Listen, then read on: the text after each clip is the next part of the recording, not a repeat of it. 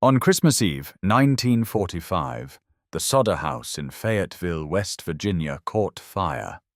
George and Jenny Sodder escaped with 4 of their children. 5 others did not come out. The fire burned for 45 minutes.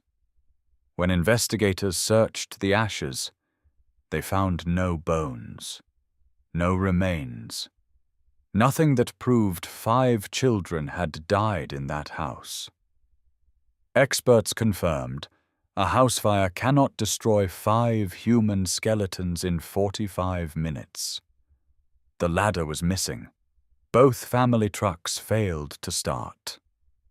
The fire department arrived 7 hours later, and 2 months before the fire, a man had warned George Sodder, "Your house will burn. Your children will be destroyed. The case has never been solved." The Sodder family had 10 children. On the night of December 24th, 1945, George and Jenny went to bed early. Some of the children stayed up, the older ones excited about Christmas. Sometime after midnight, a fire started on the ground floor. George, Jenny, and 4 children escaped through windows and doors. They called for the 5 others, Maurice, Martha, Louis, Jenny, and Betty. No response. George tried to reach the 2nd floor. The fire was too intense. He went outside to find the ladder he kept against the house to use in emergencies. The ladder was gone. He tried to move his trucks to use them to climb to the windows. Both trucks failed to start, trucks that had been working perfectly the day before. He called the fire department. They arrived 7 hours later. When the fire burned out, the family searched the ashes. No bones, no remains, no evidence that 5 children had been in the house when it burned. 3 witnesses reported seeing the children alive after the fire. A woman at a hotel said she had seen them in a car passing through town the night of the fire. 2 other witnesses reported similar sightings in the days that followed.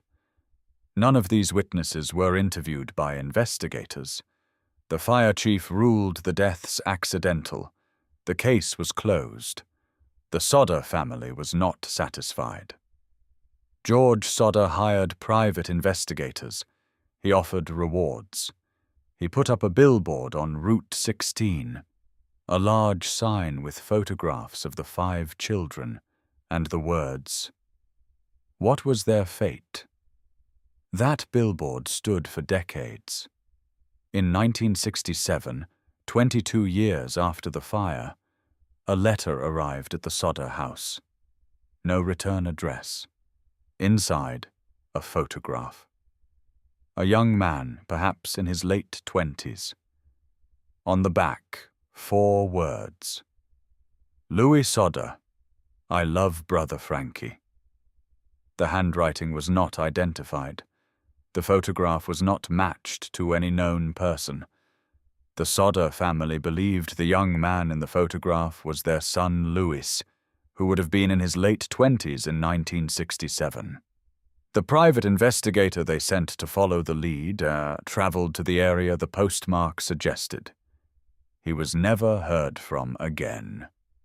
The physical evidence of the Sodder case points in one direction. No bones, in a fire that lasted 45 minutes, means the 5 children were probably not in the house when it burned. The missing ladder, the trucks that wouldn't start, the 7-hour delay from the fire department, the warning 2 months before, the witnesses who saw the children alive, the letter in 1967, the investigator who disappeared.